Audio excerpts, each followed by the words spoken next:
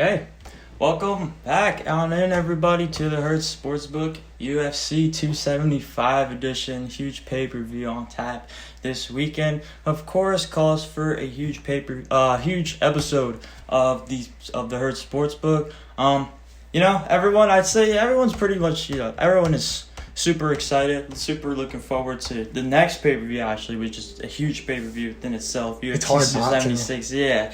Which, exactly. Like you said, it's hard not to, but understandably so. But by no means should we be overlooking this one right here, because this one is, at least, at the very least, these top three fights. Well, even besides that, though, there's just been storylines and shit that have just come up last minute. Like we were talking on our own, about to start with the Manel Kape thing.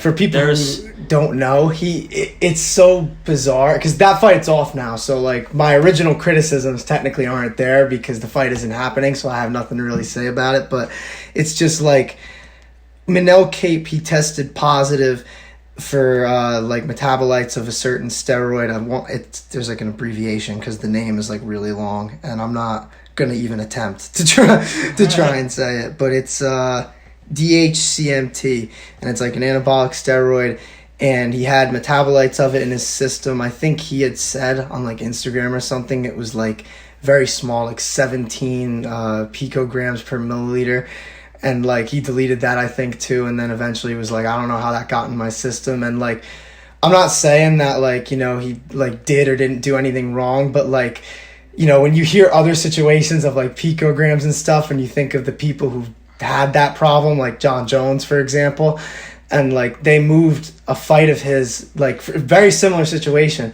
He was fighting Gustafsson in Vegas at UFC 232, and then all of a sudden he had this positive test, and it was very little bit in his system, but I don't see why it would be in there. Why would it be in your system? Everybody uses that tainted supplements excuse, and I'm sure that for some people that is the case, but I don't know. And then I look at the history of his past few fights. He started off 0-2 in the UFC, and then all of a sudden he was winning by knockout. So I'm not saying that he's definitely guilty or not guilty, but there's just certain facts that you can't really ignore. And then you look at that test, and he tests positive, and then they reach an agreement with the state of Nevada that he has to get a bunch of drug tests basically within a certain period. But during that period, he doesn't have a license to fight, so they had to scrap his fight in Vegas. He was fighting Sue, I don't even know how to say it. It's Sue Mudaerji or something. And after that, they don't even book him a fight in Vegas. They book him this fight in Singapore because it's not the same commission, so he's allowed to fight. So he was allowed to fight Bontarine with a pending positive drug test, which is mind-boggling to me. People should have a major problem with that, whether you think he did it or not. And then besides that, I have enough of a problem that this fight is kind of happening in the first place because it just rubs me the wrong way that someone can fight with a active problem with a drug test. And then besides that, then Bontarine, he doesn't really care coming in, and then he gets pulled out of the fight by the commission because he had near kidney failure, weight cutting. And that was a whole nother problem because you think back to Bontarine, he's missed weight before. He missed weight for the Matt Schnell fight, I think earlier, I think it was either this year or last year. And it's just there's so many, why were there so many problems with this fight? You got one guy fighting possibly on PEDs, then the other guy who is previously shown that he can barely even make this weight, and now again he's having a problem making not even 125. This is 126 he can't even get to. And I think Bontarine is smaller, obviously than most bantamweights, but at a certain point, what are you doing? You're cutting too much at that point. You've missed weight, one high profile time, I think that was on the pay-per-view, it wasn't even a prelim fight.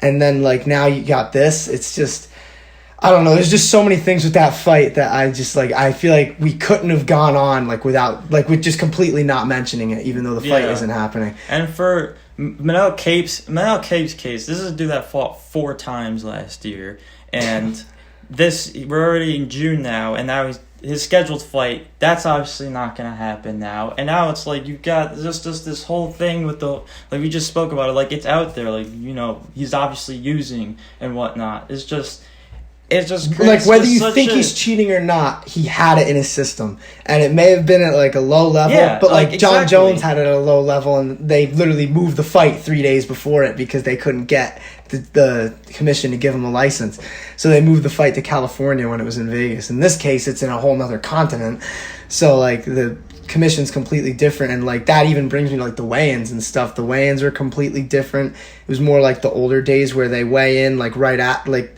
So basically, for those like who don't know and like see the events now, they weigh in the morning officially, and then the ceremonial weigh-ins are at night, and like they're already rehydrated and stuff at that point. But for this one, the ceremonial weigh-ins were also the official weigh-ins like the old days. So they're weighing in and they're facing off at the weight that they're like that they're supposed to be at pretty much. And the thing is, like with that, I think it's like that they have less time to make the weight, but they have way more time now to recover.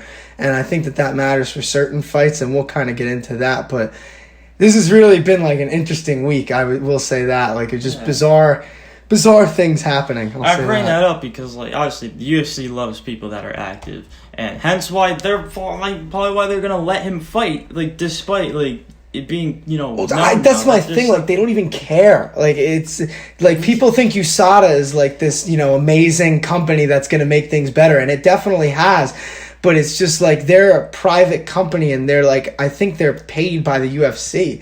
So it's just like, you know, if the UFC, like if they're the employee and the UFC wants them to, you know, like, all right, well, this is what's happening here. Well, then again, though, it's the commission, though. It's not even USADA. USADA is just the company doing the tests.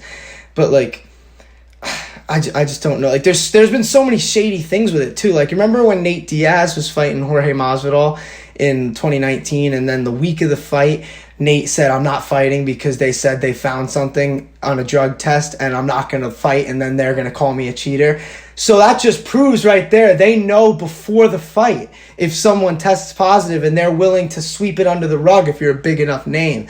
Like, I don't like that at all. And like, you know, with John Jones, same thing. Like, how do you get a positive drug test, whether it's a lot in your system or not, and then because you're the main event, they just move the state to get you a license? Like, that, how is that okay with people? And then, like, that's what I'm saying with Bontarine, you know, it's almost like they don't know any better. Like, they say, well, I trust the UFC on this. No, why? They don't know. Why do you trust the UFC? They don't like, know any better. They've given reasons in the past to not trust them on things like this. Like, I just, you know, things like this are the hard part of the sport to talk about, because personally, my point of view is that probably like there's probably a decent amount of people in the UFC who are probably on something, just because you got to think about what they're doing. Like they're training so hard every single day, twice a day, you know, if not every day, it's 6 of 7 days. So, you know, it's crazy. And that takes like a massive toll on your body. And like, that's why a lot of these people, like, you know, use PEDs, and it helps them train. Like you got TJ Dillashaw back then, like trying to make weight, going to 125. He was using the EPO. He was I think he was like past anemic. Like it's just unbelievable. Like what I don't know. Like I don't know where my major problem with it is, because, you know, one side wants to blame the fighter. Like, what should be done, you know, going forward? I just don't know. I don't know. I guess it just comes down to a whole just like weight cutting and training regimen type of thing, I guess. Because I mean, like you said, like they're using it because of how hard, like, you know, they're working to cut this weight, and you know, and they don't give a fuck, because like the UFC is like, well, this guy's exciting, and he's going to sell pay-per-views, especially in Asia, because he fought in Ryzen. So you get him in a Singapore card, you're already getting it towards that audience. Like, it just rubs me the wrong way. And like I said, the other fighter, Bontarine, he's just like almost like unwittingly going into it. He's like, yeah, I trust them, not even probably realizing all the power that the UFC actually has in this scenario. Like, I don't know. Like I said, like the fight's not even happening at this point, so we're almost talking about like a non-problem. But there was just so much with it that I feel like you just have to bring it up. Yeah, like it's still a problem, because I mean, we talked about a little bit before. Because if this fight did happen, it's like, how does Bontarine, stand that much of a chance? I didn't have him winning. I thought that the speed, because Kape was a lot faster than him, and he's got elite striking when he's on. Yeah. But, you add a positive PED test, whether it's, picograms or not. Like, I don't like that. And Bontarine's just not as good on the feet as Kape anyway. I just think it's a bad look. Like, you look at other sports, like, you got baseball. Remember, like, when A-Rod got suspended for, like, a whole season? Robinson Cano, I think, got suspended at one point by a lot. I haven't watched baseball in a minute, but I know that there's been a bunch because I see, like, the notifications. Yeah. They don't give them those chances. In the UFC, not only has he not been suspended, but he would have been fighting this week. And this happened, like, a month ago. Like, I don't know. Like, I keep repeating myself. It's just because, like, I'm kind of just shocked by, like, the situation. And, I hate it because you got a lot of, like, of course ESPN, like, is never going to mention that because that is a bad look for the UFC. Like, I love, like, when you watch, like, the shows leading up to the weigh-in shows and stuff, and they're trying to preview it without mentioning that happened.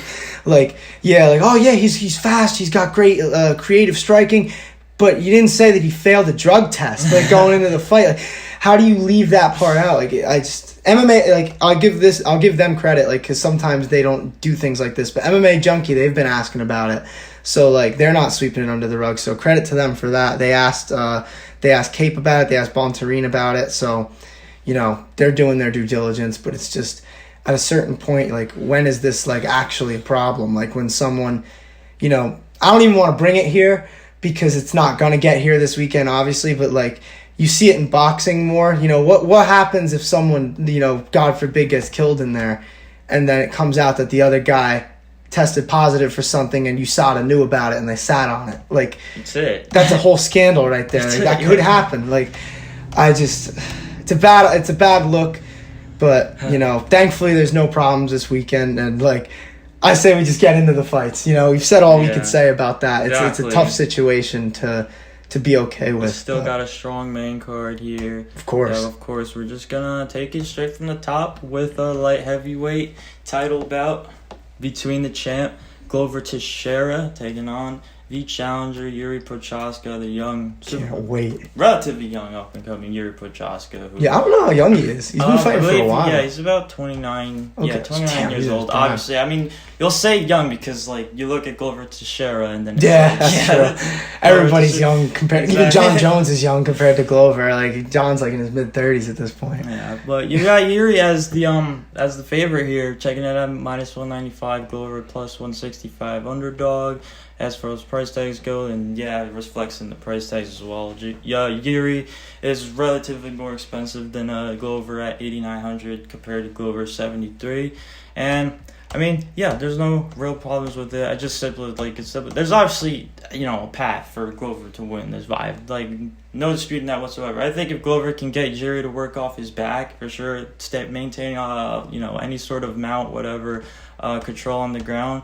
I think that hands down favors Glover Teixeira, whether or not he gets a submission finish or just wins by ground control or whatever it might be. But I think I don't think it's much of a secret that this is going to be stand up most of it. This is going to be a stand up for most of the 5 rounds. It's going to favor Yuri, and we're likely going to have a new light heavyweight champion. And as far as these props go, I mean, we mentioned it before the show because, like, it is kind of shocking. Like, Glover's, submission prop at only plus 350. I mean, I think that's a sharp bet right there. Why not? Obviously, maybe not the most likely, obviously not the most... Well, I'm going to give my take now because you're right on it. I mean, considering I think that that's what's going to happen, I think that it's a great bet. Okay. Because I like Yuri a lot, and I think he will be champion, but I think it could be, Saturday. I'm not saying that, like, I think Glover's, like, for sure got it done, but I think that Yuri has fought some great competition, but I don't think he's ever fought anybody like Glover. He's fought, even, like, the guys that he fought in Ryzen were incredible, like Mo Law, he beat CB Dollaway, even Vadim Nemkov, like, way back in the day. And, like, even his one loss in Ryzen was to Mo Law, who, like I said, he ended up beating in a rematch, but in that loss was he fought Nemkov the same night that he lost to Molawal. So, like, you got to keep that in mind, too. And besides that, he's just been on a tear. Like, I think he's on, like, probably, like, a 12-fight win streak at this point. So he's coming in, like, confident. And so is Glover, though. That's the thing. But I think on the feet, I agree with you. I think Glover's going to have a hard time closing the distance on him. He has, like, a reach disadvantage. And the style that he fights, he's throwing more hooks and things like that. But the thing and I mean, is, obviously, like, just, you know, with age, like, that power is just going to fade more and more. And potential for, you know, just, I guess, like, you know, I just think he's so tough. I think that's one thing. Like, Glover doesn't get finished very easily. Like, the only guys I could think of off the top of my head who have finished him were, I remember Gustafsson, and then that was in, like, the 5th round after getting battered. And then Rumble hit him with that one uppercut, which you can't even, like, Rumble's a whole nother breed of, like, of power. Like, he's pretty much, in my opinion, was like the light heavyweight Francis Ngannou. Like, if that guy touches you, it's over. And I think Yuri's got power, but I don't think a lot of people on this planet have Rumble type power. And I think that it's like the unpredictability that would make Yuri get this win, because I think he's going to need to mix it up, because Glover's seen everything. He's fought the best of the best. He fought John Jones when he was champion. And it's just like, he's struggled sometimes with guys like this, but I just think he's at a different point. And I think that, I don't know if Yuri can hurt him to the point where he's going to finish him. And I think that if he does hurt him, the thing is, it's if he gets overzealous. Yeah. And if he goes for it and he really tries to finish him thinking he's got him hurt bad, I think there's a chance that he might blow his wad, and then Glover reverses it like he does to everybody. And then 2 minutes later, he's on top of you in full mount, landing a bunch of ground and pound. See, the thing is with me, it's like, I think Glover can manage on the feet. I don't think Yuri can manage with Glover on the ground. I think that's a whole nother level. Like, if Glover's on top of him, I think Yuri, the way that he fights, he's so explosive that he's going to try and eventually, if he can't get out of it with technique, he's going to try and explode out of the position. And that's where he's going to open himself up to a submission. And that's why I think eventually, because I think my prediction of what's going to happen is, like, I think Glover is probably going to get dropped early, like he has in a bunch of fights. But I don't think Yuri's going to be able to finish him. And I think Yuri's going to get, I think Yuri has good cardio. But against a guy like Glover, like I just think he's going to think he has him more hurt than he does, and then he's going to eventually just get more and more tired as the fight goes on. And I think Glover only needs one takedown. I think that if you're not even getting a Yuri Prochazka knockout at plus money either. No, that's the other thing. Yeah, it's not even a good bet if you do think that's going to happen. And I mean, and then I guess, like, unless you put it, I guess, with like a parlay maybe. Simply put, the books think that this is not going the distance. It's either, you know, what they think is going to happen is a Prochazka knockout, or, you know, Glover to win by a submission finish. The two likeliest outcomes here, what the books are saying. And yeah, I mean, even the decision props is, like, you know, I don't think that's too far out of the realm either. Like, I could see it. Because, I mean, yeah, Glover Teixeira, I'm looking at FanDuel's odds now. Glover Teixeira by a decision plus 700. Prochazka by decision plus 600. And it's like, not bad. Yeah, I mean, I think, because if it goes all five, I don't think it's like an all out. Like, I don't think it's going to be like an all out, you know, war or whatnot if it goes all 5 rounds. I think if it goes all 5, it's probably because it's on the ground for the most part. And once again, like, I think that's just going to favor Glover. And, you know, we'll see how that would play out in terms of scorecards and whatnot if it goes that way. But, you know, simply put, like, from the defensive perspective as well, another 5-round championship fight, like, you're going to want, you know, some sort of exposure either way to these guys. I mean, Prochazka, the thing with Yuri is, like, he's up there. Like, we have, like, I mean, you know, in terms of, like, Manel Kape, I guess, like, he just got called off, so that's one 9K fighter that's off. But I mean, still, it's still a really strong, you know, top end. DraftKings was like, this guy's on steroids. Let's put him on 9K at 9K. Yeah, I mean, they probably know. He's been a 9K fighter his last three fights. And well, he came in with a lot of hype, kind of like Yuri. Actually, they both came from Ryzen, but Yuri had like a whole career pretty much there. But Manel Kape was really good himself. I'm a huge fan. I obviously love both these guys. Like, if you don't love Glover Teixeira, then you're probably just not a real, UFC fan. If you don't like both these guys, I don't know how you like MMA. Yeah, exactly. Yuri Prochazka is just so, just so unique, diverse, and just so talented, period. And it's like, I don't know. It's gonna. At this point, Glover Teixeira has honestly seen it all. So, like, I don't think there's really too much Yuri can throw at him because I just don't. I agree with you. Like, the knockout, he's gonna have to knock him out cold. Yeah. Like, there's he's gonna have to catch him. Exactly. I don't see a TKO either, but I mean, this I love, like, just exactly, because, like, it's just.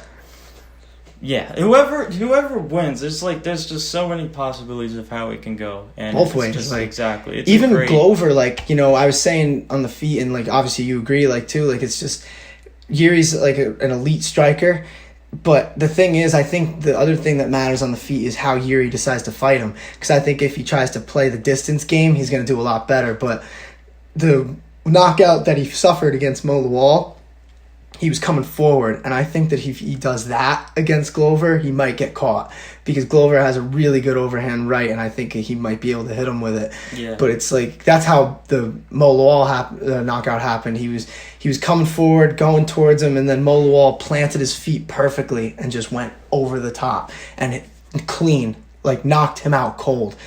And so, like, Glover's got power himself, and like I said, I personally think that Glover is, like, the best fighter that he's ever fought against. Yeah. And I think Nemkov's up there, but it was years ago, so I feel like Nemkov probably wasn't as good back then as he is now.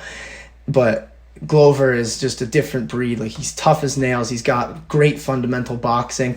He's got a great chin. He's tough, got the heart, and if it gets on the ground and he's on top, like, good luck. Like, there's not a lot of people in that division. There's not a whole lot of love being shown to Glover here and from the industry, and I mean, it's just something. Yeah, it's something to take advantage of. Because Yuri's got great takedown defense, like, great takedown defense, but then I look at the recent fights, and you got the Dominic Reyes fight, which obviously ended up winning, but even Reyes took him down. If Glover can get Yuri backed up against the cage, and you get, like, a clinch situation or something. Well, like I said, though, I don't think it would be that bad, though, if he's fighting off the back foot. I think he can manage to have literal success doing that, because if Yuri's coming into his range, then he can land those shots. But if he's trying to get into Yuri's range, that's when I think he's going to be missing a lot. So that's why, like you were just saying before, like, this is why this fight is so intriguing. Like, there's just endless possibilities of what could happen is for both these guys. So. Yeah, like, the game plans matter. Like, we could keep talking about this one all day, but it's just like, at the end of the day, for me, I just think that the ground game of Glover is eventually going to show, and I think it's going to probably be later in the fight. And I just see that Yuri, I just think it's going to be like this. I just see Yuri on his back in, like, half guard or something, maybe full mount, and he's going to try and explode up, put his arm out, buck up, and he's going to grab him, and he's going to get a head and arm choke, go for, like, an arm bar, or even just get fully on top and just keep landing ground and pound. Like, I don't know. I say this sometimes, like, when I'm looking at my predictions, like, before we do this, like, I say, is there any point, like, in either fighter's game that I can't see their opponent being able to get through? And I don't see anything that Yuri is going to do that Glover won't be able to maintain and get through. But I don't see any way that Yuri manages to stay on his back for 5 rounds and not get submitted or beaten by ground and pound. Exactly. Like, I just don't. Like, Glover is that good on the ground. Like, people don't realize this. Like, even before the Blachowicz fight, people were saying, yeah, well, Jan's like a jiu-jitsu black belt. I'm like, yeah, but Glover's from Brazil and he's a jiu-jitsu black belt. Like, that's a whole nother thing right there. Like, that's a different breed of jiu-jitsu, and you saw that in the Jan fight. And it's just he's got that old man strength too. Like, he's what, like 42, you said? Oh yeah, 42. I don't know, man. It's a tough fight. Like I said, I could see it going a bunch of different ways, but my gut tells me that I can't pick against Glover Teixeira. All right. Well, I mean, right before that, we have, perhaps a more one-sided title fight in the women's flyweight between, of course, just, I'm not trying to pander or, like, suck up or anything to her, but just what arguably, I don't even know, arguably, honestly, she is the best women's fighter in the whole entire world right now. I think, like, I haven't really seen, like, the women's pound for pound rankings and stuff, but she should be number one. I'm talking about, obviously. It's weird because she's lost to Nunes twice, but it was at bantamweight too. So Yeah, it's like, it's and like, now Nunes I don't, lost. yeah, but exactly. I don't think, I kind of just think that cancels out because just, oh my, this flyweight reign right now for Valentina Shevchenko is just something else, and and this next chapter for hers, or next title defense, obviously comes in the name of Talia Santos, who is obviously no slouch herself, one of the best strikers in all of women's MMA right now. Good on the ground too. Great jiu-jitsu, good wrestling. Like, she's got it. She's got it all. Like, in my opinion, this is the best opponent she's ever fought at this weight class. Man. I truly just do think Valentina Shevchenko is like generational. What we're seeing right now with her. Yeah. And I mean, unsurprisingly, just drop my phone. My bad. All goody. And unsurprisingly, the books are agreeing with what I'm saying. There's like, quite frankly, you could even argue like the odds might be a little like too like wide here with Valentina as the minus 630 favorite to Talia Santos is plus 450. Which, I guess isn't that, you can argue, like, it's too much because of how good Santos is, but Valentina's earned it. Like, she's proved again and again. I just think it's, what this saying is like, Talia's good, but Valentina's just going to be one step ahead of her the entire way through. That's a fair assessment. In terms of, like, fantasy, like, who you want, fantasy perspective and who you want, like, the kinds of fighters, obviously, we want in our lineups, and just relative to price tag especially, $9,600 Valentina's just... It's quite a bit. Yeah, it really is quite a bit for what I think is going to be like easily, obviously could be an easily, dominant decision victory. But it's just, you're really looking for you're looking for like 110 there. And like 110 in terms of fantasy points. And that you really only get that 110 if, you get the finish. Good finish. Exactly. Yeah. You get a really like impressive finish. And that's just, I don't... It's just like... in terms, like, I'm looking at this Valentina knockout prop at a plus 180. And, I did see her decision prop is actually, she's a better odds for her to win by decision, which I agree with. But even the knockout prop is like... I look at a Glover Teixeira submission prop, and it's like, I feel like those should be kind of in line with each other. It was in like the plus 300s, right? Him by submission? Yeah, like Glover's a plus 350 to win by submission. Valentina's a plus, only plus 180. But, and even like, I'm looking at this FanDuel odds. Valentina's an even bigger favorite there in terms of her knockout prop, she's about only plus this 100 to win by decision, and then plus 250. So I like FanDuel's knockout prop a bit better than DraftKings, but we should definitely give Talia Santos her flowers, like, because we've mentioned it before, like, this is the best opponent Valentina has faced so far, and she's got the Muay Thai to stand with her, like she can hold her own. Yeah, she could even land. Like, I think that she has enough power in all of her strikes, all the limbs, 8 limbs, like they say in Muay Thai. Like, I think she has enough power to back her up. Like, I don't think Valentina is gonna be like as, what's the word? I wouldn't even say dominant. It's just like as much of a force as she usually is. Like, remember when she fought Lauren Murphy and she hit her with like that one combination? Like, it was literally like 10 punches within 5 seconds. Not even, probably. It's just like, I don't think she's going to be able to have that type of thing against Talia Santos. But Santos has the power, like I said, that I think that she can make Valentina maybe have to fight backing up, or maybe even take it to the ground, where she is not bad. Like, it's a good matchup, but it's just like, the thing with me and Valentina is just like, I can't pick against someone who's proven to be as good and basically flawless as she has been in her title reign. Yeah. Like, until someone actually beats her. And I think that if anybody's it's gonna be her, as in Talia Santos. But until I see it happen, I have a hard time picturing it. It's just, I think the way that she would beat her, I think it would have to be dropping her and maybe submitting her. But you see that happening? Like, I don't know. It's a tough one. Man. There's just not many just let alone like champions, but fighters out there that are gonna like as innovative as Valentina, they're gonna adjust to their opponent, like because like you before the show actually, you're like Valentina doesn't overlook anybody. I was literally about to say exactly, that. Yeah, the mentality's different. Like Amanda Nunes, I think possibly part of the reason why she might have lost to Pena was because she didn't think she could beat her, but Valentina, I think she values all of her opponents. Like, she respects them all, respects their skill sets. And I love her pre-fight, like, press conferences and stuff, because, like, Talia says the same thing that all of her opponents say. Like, oh, yeah, well, nobody's perfect. But then Valentina always says, yeah, well, all these girls say this, but not one of them has been able to show me why. So, like nobody's been able to show those flaws that they keep speaking of. So, it's tough. The only people, like I said, who have beaten Valentina is Amanda Nunes. They're there, but that's it. That's really what I gotta say. Like, what good are flaws if you can't expose them? Who's gonna be the one to expose them? Like, exactly. Like Amanda Nunes. Like, if you look at those fights when she beat Valentina, the first fight was definitely like a lot more, in my opinion, like a good Amanda Nunes win. Like, I don't think Valentina had any there was no doubt in that one.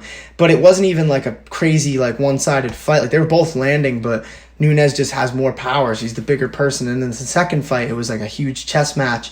And they basically split rounds. Even to this day, it's a tough fight to pick. I personally still got Nunes 3-2.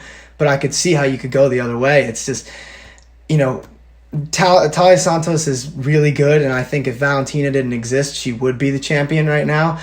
But this is a different breed, like, different mentality. She's not going to be taking her lightly, and I just don't see her Valentina losing. I really don't. And obviously, DFS price tags are going to play in part with the betting odds, and obviously with Valentina, like, by far the largest favorite on this card. Yeah. She's the most expensive fighter as well.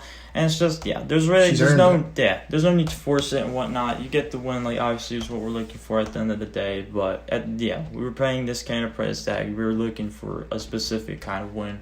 And just, we're looking for a target score. And, I mean, maybe if you really think she's a lock, throw her in, like, a parlay or something. Oh, yeah. I'm not even. That's like, if you it. can, exactly. Even, like, in your lineup. Like, if you can miss stuff, you've got, 9,600. Like, if you love what the rest of your lineup looks like, and you happen to have, well, I guess there's that, too. Then, especially with Manel, I feel weird though about her with fantasy, because sometimes, like, she's not really the type who's going to push the action, and she's going to make more reads. And, like, because of that, like you were saying, like, when you have that big of a price tag, unless she's getting, like, a finish, which, I mean, hey, she could. I don't know. She's one of the most complete fighters I think I've ever seen. Like, her Muay Thai is, like, outstanding. Even her boxing, besides that, is just really good. Her grappling is strong. Her jiu-jitsu is good. She's got submissions off her back on top. Like, I'd love to see these flaws that these fighters are talking about, because they say it every time, and, like, nobody, obviously you're not going to point out your game plan, but, like, I'd love to see what they're seeing. Like, maybe it's like that one fight with Jennifer Maia where she lost a round. Yeah, like, you know what they say, it's a lot easier said than done. And so I'm just saying, what good is a flaw if you can't expose that flaw? So is it really a flaw if you can't even get to it? Like, that's, I don't know. She's one of the rare beings, like, I think, in this game that, like, is just complete in every way, and I think it's gonna take a whole lot to get her down. If you're fighting someone like this, like, you're looking to get it done early. Like, you're looking for. I think that's how it would have to happen. Exactly, and which, with someone like Talia Santos is, certainly possible, but her power in her hands especially is crazy. Yeah. So we'll see. I sure will. But, hey, we've had upsets before, so.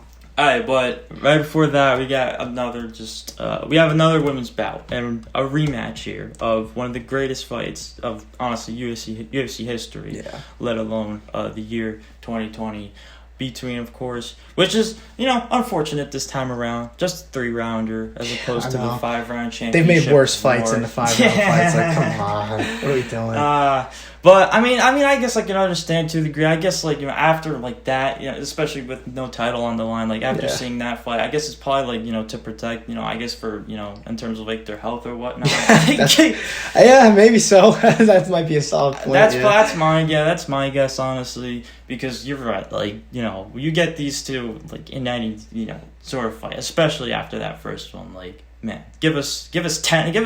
15 rounds. Give us as many rounds as possible of this fight. Of course, between Weili Zhang and Joanna Jędrzejczyk. Weili Zhang has actually had 2 fights since that one, and then Joanna, this is her first fight back since that, which obviously for good reason. Like, we don't need to, in that case, once again, we all know. Yeah, I put the picture in the last video, so if anybody was watching that part, they did see that. Yeah, it's just like, oh yeah. By the way, like before you keep going, are we gonna do our lock of the night and underdog of the night at the end? Yeah, okay. Yeah, for sure. Gotcha. Yeah, all right. We definitely gotta want to talk about this main card, and then we can come to that. So you want to do it like before the prelims, because people are gonna witness us planning how this show is gonna go from here on out now. Yeah, we're gonna have our prelim spots that we're gonna touch on and whatnot, and then from there we're gonna get to the locks. We usually we're looking to close the show with the lock and the underdog of the night. Perfect. So. Yeah, because obviously the pay-per-views are a little different. Mm-hmm. But as far as if you're not excited for this, then you probably just didn't see the first fight, honestly. But because I guess honestly, the fact that it is 3 rounds is probably better. I think it means it's gonna be even better. Less time. Oh my god. I simply put, I think we're getting a finish in this fight. For who? Quite frankly, I'm not gonna really. I think so. You have Weili Zhang as the favorite here. I think is appropriate. She won the first fight. She's won the first fight, and then like I just mentioned, I thought Joanna won it though. She's had 2 fights since then. This is Joanna's first fight since then. But I think honestly, Book's got it right here in terms, because it's not Joanna is not large, and she shouldn't be some huge underdog by any means. No, sir. At a plus 140, and it's relatively the same on FanDuel as well. What are their prices for fantasy? And curiosity. And then just full disclosure, you're gonna if it's just one, if you're really riding with if even it's an ownership thing and you're riding with Joanna that, because Zhang Weili 8,800. I think that looks great. I'm playing this weekend. So many, all these low price. How is Joanna at 7,400 on DraftKings? 7,400. Yeah, so she's in the same. She's in the same realm as Glover, and Zhang Weili's up there with Yuri. Except this fight, once again, I think you're going to see a finish in this fight. It's a 3-rounder, so you don't need to be necessarily as spread out. I don't think as I would think you do to the main event, but you're riding with somebody in this fight. Whether it's obviously Joanna's huge price difference from Zhang Weili, or just an ownership thing as well. If people are going to be riding with obviously the favorite in Zhang Weili, one way or another, you gotta back somebody in this fight. And who's your early lean? I guess I don't know if we're gonna say it again officially at the end. I think it is fair to lean to Zhang Weili here. In terms of I just think if this does go over the course of 3 rounds, it's gonna favor Zhang. I just think she's really. I do think she's gonna. She will put more of more damage in terms of damage and whatnot. Because obviously these days damage is a lot more favored over control in the eyes of the judges. I think Zhang Weili. Well, another thing to note is that they're in Singapore. And you have an Asian fighter, and that sounds messed up, but that's how it works. That's how judging works. If you're in Brazil, they're not. If it's a close fight, they're not going to give an edge to the American over the Brazilian most times. And London, same deal. If it's an English fighter versus another, it's just the way it works. Because I don't really know why. That's just the way it's always worked. Even boxing, that's how it is. It's really not all that fair, but it is. I'm just looking at it right now because books actually think this is going to go the distance. I don't know. I think it will. You think it will? I think this. I think it ends it. I think at least in the first. I just don't see it. I don't think in the first 2 rounds. I think somebody's winning. Well, because I texted you. I remember earlier in the week when I was watching some things in preparation for this. And I think I saw one of the most beautiful striking exchanges of all time, by Joanna. I almost said Valentina because Valentina is the type of fighter who would pull this one off too. But if you watch that first fight and you watch it really closely, you see Joanna is the one who is determining what's going on for better or for worse. If Joanna simply kind of tries to sit back and counter, this is going to be a clinic. Like, she's going to piece her up, and she's going to easily pick Zhang Weili apart. I genuinely believe that. But the reason why this was a war the first time was because she kind of got drawn into it, because she got hit once, and she was like, all right, well, let's go. Like, let me get one back. But I think she knows that, and that's why I'm leaning towards her. Because, like, she's a smart fighter, and she trains out of ATT, which is obviously a great gym, and her coaches are obviously seeing things like this. I just see that, like, if she's the one, though, who's trying to initiate and she's hopping into Zhang's range, I think that's when Zhang's going to be able to do some damage. I still don't think she's going to be able to finish her, but I think she'd be able to do enough damage that she wins, like, a clear decision. But personally, I just think that Joanna has so much experience and championship experience, and she's fought the best of the best, including Zhang.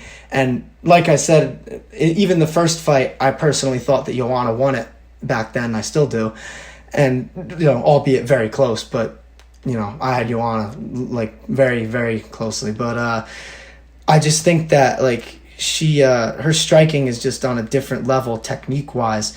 And I think that, I mentioned that one exchange, too, like, it was I'm going to literally, like, read the text verbatim, like, what I said to you, because I don't even want to butcher it, because I was watching it, and, like, I saw it in, like, slow-mo, and I couldn't believe, like, just how, like, nice it really looked, like, when you really just watch it. Let me see. Oh, my God. We text a lot about this shit. So I'm just going way up. Do you wanna... When did we talk about this? Was it? Oh, never mind. It was earlier in the week than I thought. Where the fuck? I know I'm, like, doing some dead air, but this is, like, definitely, like, okay, here we go. It was, Zhang, like, goes in with, like, a punch. It was a leg kick. Yeah, I was reading it wrong, my bad. Zhang throws a leg kick, and Joanna, like, perfectly checked it. And then from, like, the check, because Zhang's leg was obviously already out, and, like, you're out of position when you're throwing a kick, Joanna immediately just throws a kick back, lands a leg kick, and, like, it's not even, like, crazy damage, but it's just the fact that she manages in the middle of that to, like, think to check it perfectly, and then land the leg kick herself, and then immediately gets out of the way before Zhang can throw one back. And she was doing that a lot in this fight. I mean, yeah, dude, and then especially in terms of, like, just, like, 74, like, this is way too cheap for Joanna Jędrzejczyk. And, like, she can, in terms of that style and whatnot, she could turn in a really nice score. Like, and the other thing is, too, though, Zhang said that she was going to try and use more wrestling in this fight. I don't think she's taking Joanna down. No, yeah, personally. Exactly. Joanna's got some of the best takedown defense, in my opinion, in the UFC, like men or women. 3 stuffed takedowns against Michelle Waterson. Oh, just watch the Carlo Esparza fight. That's the one fight you got to watch if you want to see fucking takedown defense clinic. Like, and then, like I said, she punished her every time too. Like, when Carla was trying to take her down, sprawl, get up, piece her up. And, like, if that's the game plan that Zhang's going for, then I'm even more confident in Joanna, which is crazy considering that you'd think, like, with a striker, their grappling would be the weak point. In which case, like, Zhang Weili's probably gonna need to have, like, a plan B. In which case, it's gonna be on the feet. And hey, man, like, maybe if we wind up getting another war between these two, then we're in for an absolute treat, because that first fight was unbelievable. I think either way we're gonna get a treat. Even if it's a little more one-sided in either direction, I still think that the way these people play, I do. I am hearing, like, if it's gonna play more to one side, I think it's gonna favor Joanna. Like, it's just gonna be in the feet, and Joanna's she's gonna be landing more. She's gonna be. Can't wait. Yeah, and then simply put, like, if I don't really, I guess, like, that's not. I get Joanna's takedown defense is, like, it's some of the best amongst women's MMA, and I don't know. I feel like Weili probably shouldn't come out with that. Like, if that's how she's trying to beat her, Well, she said. Well, I don't know if you know this, but she's been training with Cejudo. Like, she even trained with Henry Cejudo for I think it was the second Rose fight, not I don't know about the first, but definitely the second, and. She showed some pretty good wrestling in that fight, but Rose's takedown defense isn't as good as Joanna's. Like, Joanna, she's made, like, a career off not getting taken down. Like, it's pretty incredible. Like, I don't know exactly, like, what the numbers are for her takedown defense. I looked at it a couple days ago, but that's why I'm, like, so confident in it. It's just, and plus I've seen it. Like, I've seen it over and over again. All these high-level fighters trying to take her down. I just don't see it happening. Like, and even if she does get her down, she's so good at getting up. Like, it's tougher. It's tougher to hold her down than even get her down. So it's just, I don't know. This is a great fight, and like, you know, this and the main event, like, similarly, are two fights that I just can't wait for because there's just so many variables with it. And yeah, I mean, it just makes me more and more excited. I mean, I don't have much more to say than that. Like I said, I think the tail of this fight, in my opinion, is if Joanna decides to, you know, stay in her range and counter, she wins. But if she overextends, I think it's going to be a much tougher fight. Well, I think this next fight here honestly possesses another like misprice to me, at least to me, and it's between the minus 155 favorite Jack Della Maddalena taking on Ramazan Ameev. I'm actually curious. And then in terms of price and whatnot, because I think Maddalena is honestly a $9K fighter on at least like Thank you. I was so scared you were gonna go the other way. I was like, oh my god. I was like, this is it's about to get heated. They're selling him super short here. I think this is easily one of the top prospects in the UFC right now. And boxing is outstanding. That too. He gives you what you want for a fan. We're looking at this first fight against Rodriguez, the first round knockout, 117 fantasy points, and he was at 9-2, which is like, okay, yeah, that's what he should be. I don't get the 8-2 tag here, and I get like opponent and whatnot. Like it's understandable because even Ramazan Ameev, like, he deserves his flowers as well. By the way, if we watch this fight, we're watching on mute because DC is already doing the bias. I'm like, we can. I don't want to spend too much time on this, but I feel like it's worth noting because it did happen this week. But when DC said the thing about how Rogan told him, like, don't even listen to these fans, like, that just tells me we're losing all accountability with the commentators now. Yeah. Like, it gets biased sometimes bad. Like, you watch that. And I don't even think it's on purpose. I just think it's like... It's not on purpose. I think it's just they like the fighter and they want to think that they're doing better. Like the Izzy fight with Jan is the best example. Like people say, oh, well, they're just working for the UFC. I don't think it's that. I think it's that they like Izzy and I think he's doing shit at a high level. And because of that, it clouds the vision. And like I agree with DC that like it's a tough job, but you know, I like... This fight, it was during the weigh-ins, and like he was saying, yeah, well, Jack has like, you know, he has great boxing, but they gave him a tailor-made opponent, and Ameev he trains with Habib and all these guys that DC trains with. So I'm like, oh my god, I'm like, we're getting it in the weigh-in show. I'm like, come on, man. At least let's wait till the fight to get the bias going. Like Jesus Christ. Like I'm not even kidding. Like I sound like I'm making a joke just for content. I swear to God, I'm muting the fight. Like I'm not watching that with commentary. I can't do it. Like it's. Because if it's close, then the bias is going to come out, and like you got to also realize that it's different. Like, you know, you watch like the NFL, NBA, you know, these guys aren't associated with the players. But in MMA, these commentators are former fighters, and they train with the fighters that they're commentating. Honestly, like you can't even fault them for having like, you know, a lean. It's honestly like I feel like it's even worse than that's on purpose because they don't even realize how biased they're being. Well, now it's even worse that Rogan's telling DC it's not a problem. Like that just makes you lose all accountability. Then, like I get that the fans what they say shouldn't matter to a point, but like if you're not even going to take accountability for something that's obvious, like. Come on. Like, and I get it that they're not doing it on purpose. I get it. But it's just like... That's the thing. You can't, like... If you can't watch a certain fight and see that there's a flaw in what you were... Like, you were wrong when you were watching it, then I don't know, man. It's just... It's certain commentators have, like, more problems than not. But like I said, I don't fault them for being biased towards their own teammates. Because, like, if you're training with somebody and you've seen them day in and day out and you know how hard they work, you're not going to want to pick against your own guy.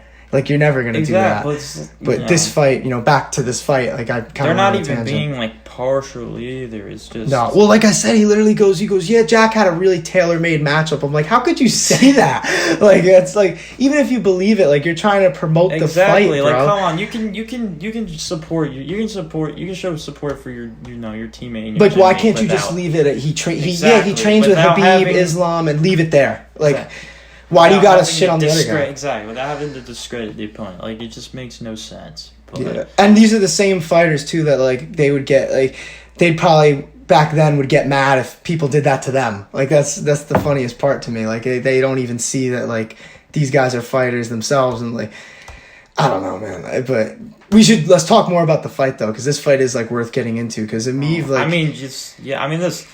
I said, like, it's pretty much, I got it out the way, man. Like, this price tag, not to say, like, Madalena's a lock or, anything like that. Like, I do think this is, I do like the odds here. Because you said that, no, I just gotta say it. I shit you not, he's my lock of the night. Just because you said it like that, I was like, all right, well, usually we're gonna save it to the end, but I have to say it. If you just say, like, dude. Yeah, he is my lock of the night. I think he's gonna knock him out. I think he's gonna knock him out bad. Then there you have it, man. This 8-2 price tag is wrong. It's wrong, and he's gonna be popular. We already know he's gonna be popular, but it's just chalky ride with, honestly, because I could be dead wrong. Like, I could be getting fooled by the fights that I've seen. But like this dude's hands are so fast, man. And I've watched Ameev's fights in the past. Like, I watched him lose a split decision to Danny Roberts, who I do not believe is as good of a striker as this guy is.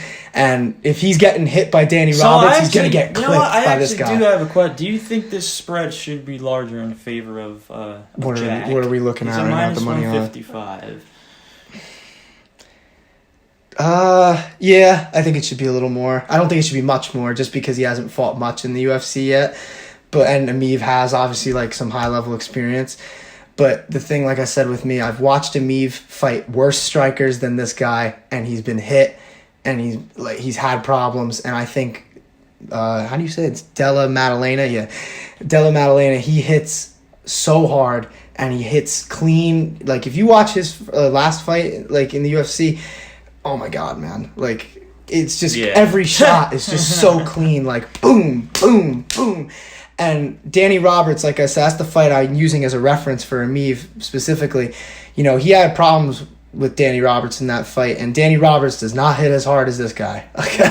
So if he's getting hit by Danny Roberts, I usually don't trend towards MMA math, but in this case, if you're getting clipped by one good striker with less power, you're probably going to get clipped by this guy. So that's why I personally had it. You get the knockout prop at plus money both sites as well. And it's just really? A super cheap price tag. Just Jack Della Maddalena. Like I said, I get why it's close, and I could be wrong, like, because I haven't seen a lot of him in the UFC. Yeah, obviously, man. but he really is like truly like. Have you seen his last fight? Yeah, like, that's like, it's pretty scary. Like, he was hitting him with everything.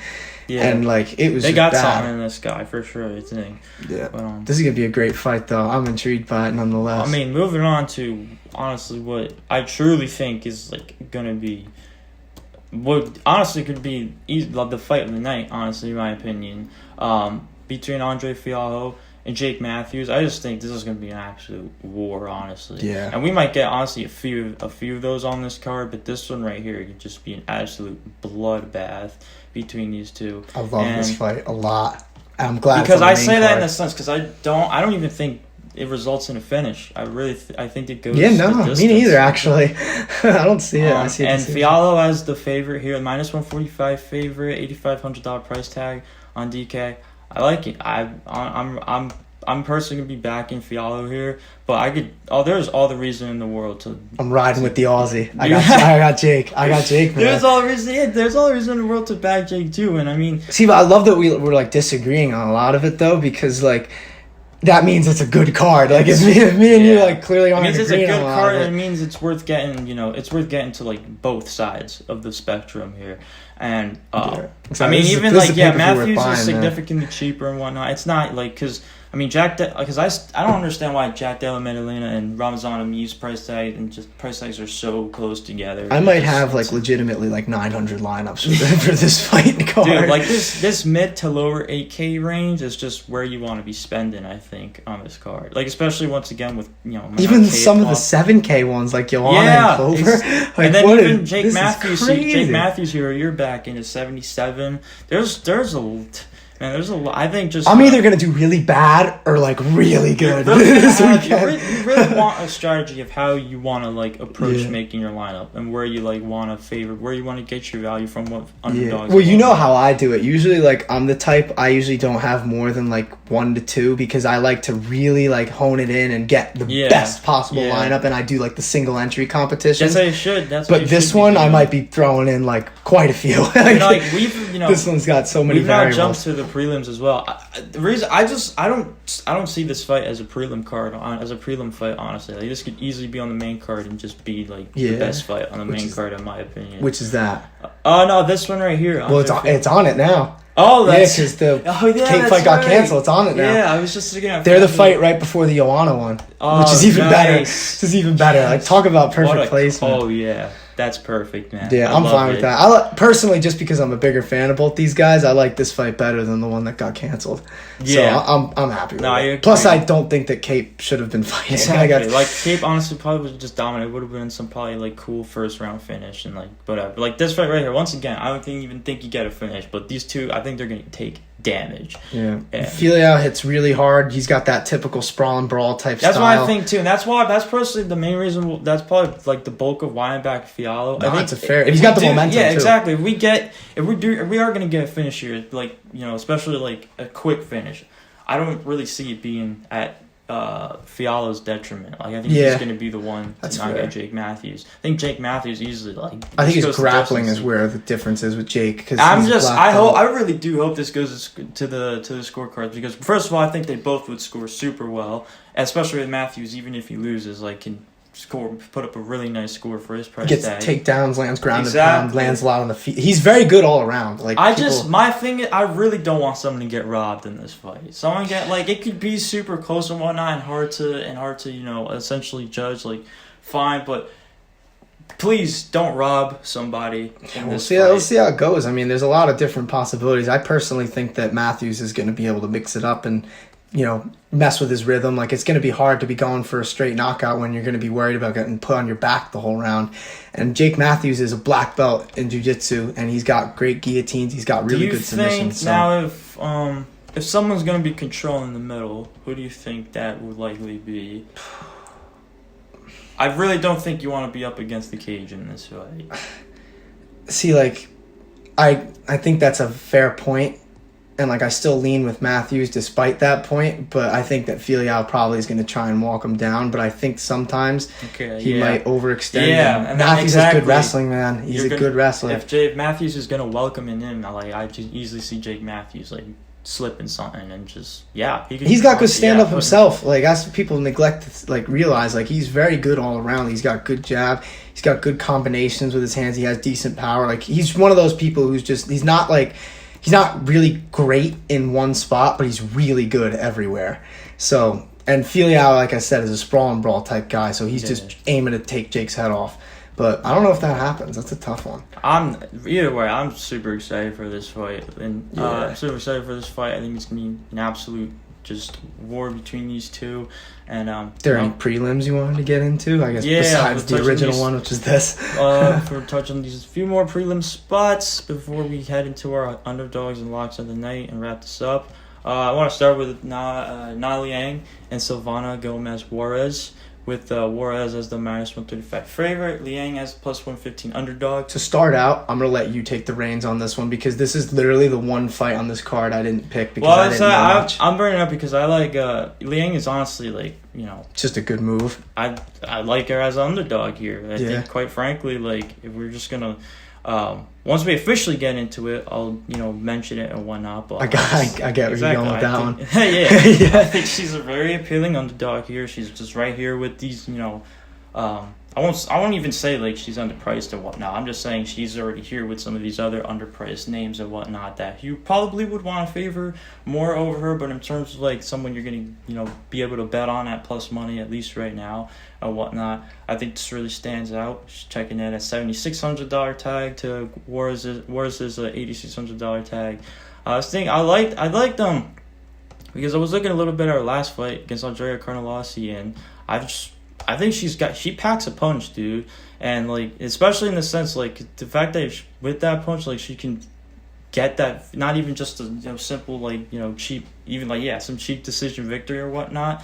I think she wins. Like, it's going to be by finish. And then as well as, her ability on the ground as well. Cause she's actually her most likely way to win, at least what DraftKings is giving her. She's plus 215 to win by submission, and then her knockout is a lot more like Yeah, Carnelosi's good too. She fought her. Exactly. Yeah. Carnelosi though, like I don't know. I have like a feeling about. I think USADA might have to check into her, but personally, well, you've seen the girl. Like I mean, like I'm not even. No, that's like, fair. Just look up a picture of her real quick. I'm serious. Ariane Carnelosi, I think. Ariane Carnelosi. There it is. Yeah.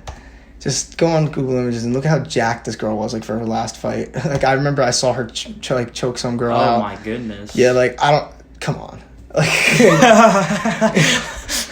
like, you know me, I'm not willing to ever really accuse somebody, but, like, I might have to put that photo that you just pulled up right in the video, well, just so people can see that. Another thing, like, she lost, she lost by, like, getting knocked out, but it's not like she just... Colonel Olsen just straight, dominated her. Like, I like the underdog pick here. It's not even like some huge underdog either. And then, no, I just feel like Gomez, even if it's like once again, I kind of mentioned this a lot, but even like with Gomez Juarez beating herself, I feel like it's something I could see playing into. And then that's just I like the underdog pick here and Nali Yang, and we have because. Honestly, I didn't even know before today that Danaa Batshiri was already fighting. Yeah. Already coming back. I don't like this fight for him. And I don't like it. And it doesn't... Because I don't see, I don't really get, like, the odds here either. He is the favorite, -135 to Ho Kang's plus 115. The book's, like, not... Because Ho Kang is another just... Honestly, really super underrated name in my opinion. Yeah, especially good in this, grappling to defend. Like especially in this spot here. I think this fight's a little different than Danaa's last fight and he's even said it to the media that like he knows the big mistake he made was going for an early knockout, and he says he's gonna try and stop doing that. But like, after a certain point, like if Kang gets him down. And he's getting frustrated, and you got to win by knockout, and you're already getting drained by the grappling. I don't see a way that Danaa wins unless it's by an early knockout, which apparently he's not really going to be trying to do. Maybe he's just doing that to catch Kang off guard, which, hey, I mean, that happens. A lot of fighters lie to the media. I mean, you see the stupid questions that they get asked sometimes. How was your camp? What are they going to do? It was horrible. I have a torn ACL right now and a torn labrum, but I'm still fighting because I need my $30K. Like, but yeah, I just mentioned that. But, so fighters are not above lying to the media. No. So, not at all. But, we'll see how this one goes. I'm intrigued by that one. And then this one was like, in terms of like the odds and whatnot, not as close and whatnot. I do still think it's worth talking to because like I could argue myself like maybe, the line here isn't all that accurate, at least in my opinion. Okay. But because I get it, Brendan Allen, big name, the name value and whatnot, fan favorite. I get it and whatnot. Taking on the plus 250, Jacob Malkoun.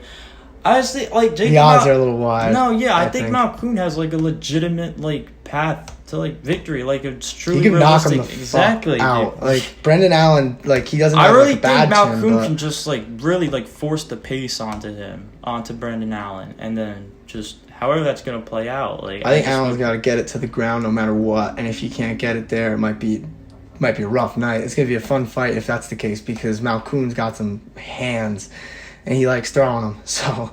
Exactly. I just said the put. Like, if Jake Malkoun can push the pace onto Brendan Allen, he can maintain the cardio and whatnot, and then really just wear Brendan Allen out, avoid that ground game. Yeah. I see what you're saying. I personally am leaning towards Allen still, just because I think his grappling is really good, and I think he's getting better and better. But, he has, like, been stopped. He's lost to good strikers like this. Like, I don't like counting the Sean Strickland one as much because Strickland's at the top. But what was the one fight? Didn't he get knocked out by like Chris Curtis? Yes. Yeah, like that's a similar fighter to what we got right now. But I think that he's learned from that fight, and I think that he's got a good like head on his shoulders. No pun intended, obviously, because talk about his chin. But it's like I think that he'll be able to. I think he'll be able to overcome the power, but I do see like a possibility that maybe not. I just think Malkoun is like a dog, dude. Yeah, he's all those guys like from Australia, for the most part are dog, and he trains with Whitaker too, so he's getting like very good training partner. But I mean, yeah. Without further ado, we can officially dive into the locked and the underdogs of the night. I mean, in terms of locks of the night, I'd say we hit pretty nicely on those last week.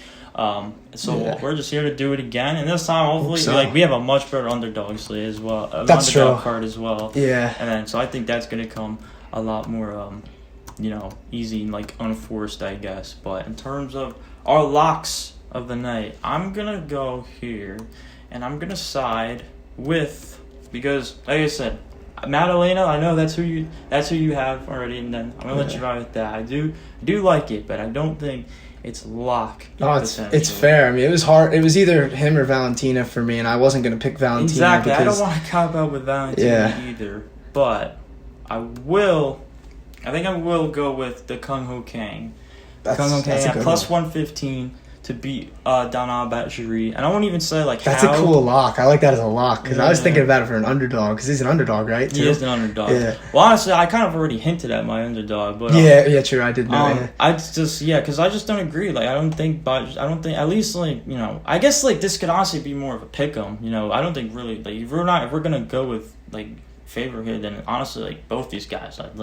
I think this is probably if we're gonna go with the pick'em of the night, this is the fight that should be it. But now you get Bajra, who's the favorite here, and I don't know, especially that last fight, man. I just we know with Bajra already. We talked about it before.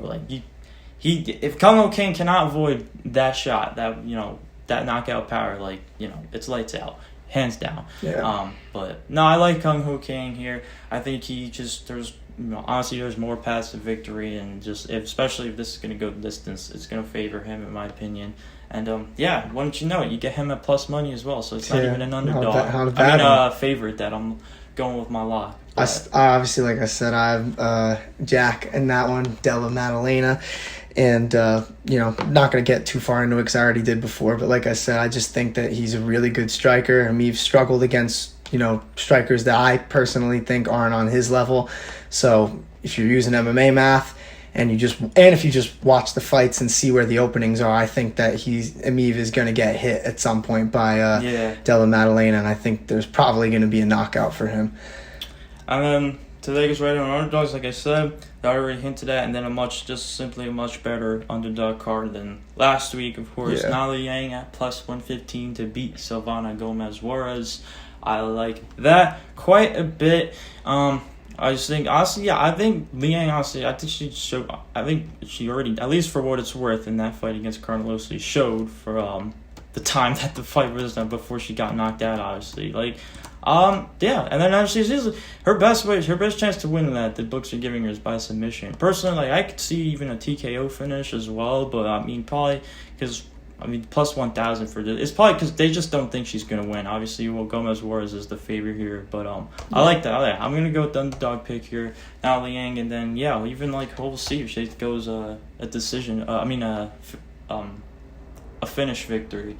But, Yeah, mine's definitely, it's definitely not as, more of, a prelim pick. Mine's a main card one, and it's, not even just the main card, it's the main event. But Glover Teixeira, for me, it's almost like a cop-out, but it's really not, just because, I think so many people are just overlooking Glover, and they think he's going to get starched so early. And, exactly. No, well, I know you don't, but, I'm sure you see, on, Instagram or on YouTube, wherever, you're looking at, and maybe even Twitter, it's just, people are just completely overlooking Glover, and I have no idea how they... I can understand thinking that Yuri's going to win. Trust me, I get that.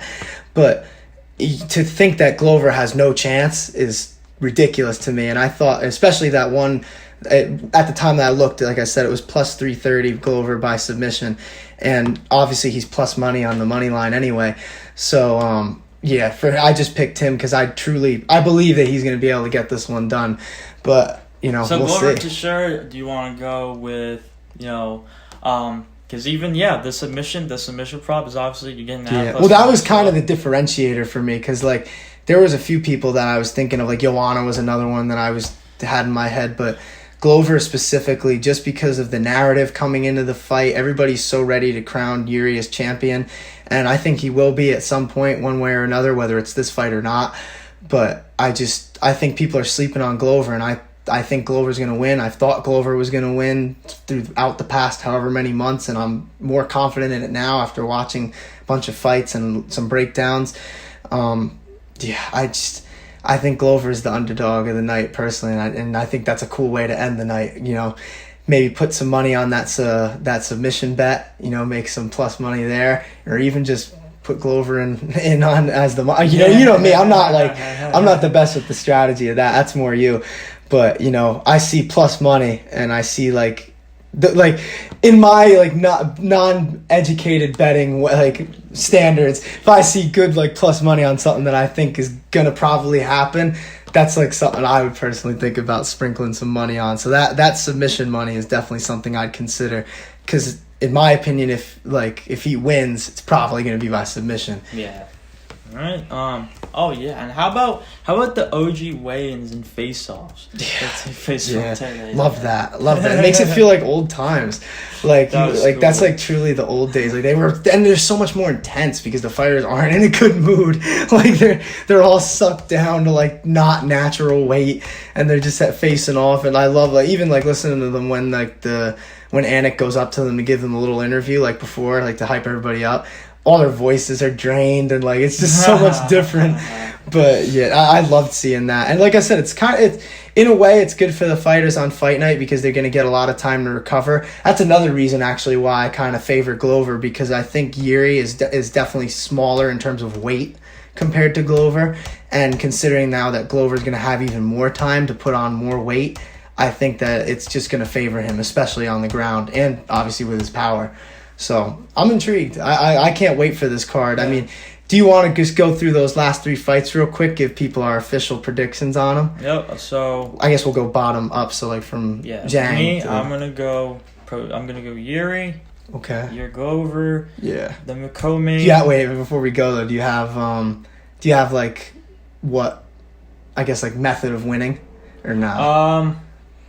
Not necessarily. I can see the knockout. I can see the decision. I just think, that Yuri will get it done in one way or another. Because I just think Glover's got the submission path. Once again, if he can get Yuri to work off his back, that's how I think he'll get it done. But Yuri by knockout or decision, I could see either one. Yeah. I got Glover by submission. Sometime in the championship rounds. Kape, I'm sure we're both running with Valentina here. Probably by decision victory. Yep. And then, the Weili Zhang Joanna Jędrzejczyk rematch. I'm gonna side with Zhang. You're gonna ride with Joanna. That counter striking is gonna be a bitch. I can just feel it. I think Zhang's gonna have just like that. Two of the last 3 fights of the night, we're on different sides. And then you got the rest of the card too. We were talking about the whole time. That's just crazy. It's gonna be an absolute banger of a weekend, and we hope you guys enjoy it. We hope you guys make a lot of money as well, and of course, we'll see you for the recap. Thank you for watching.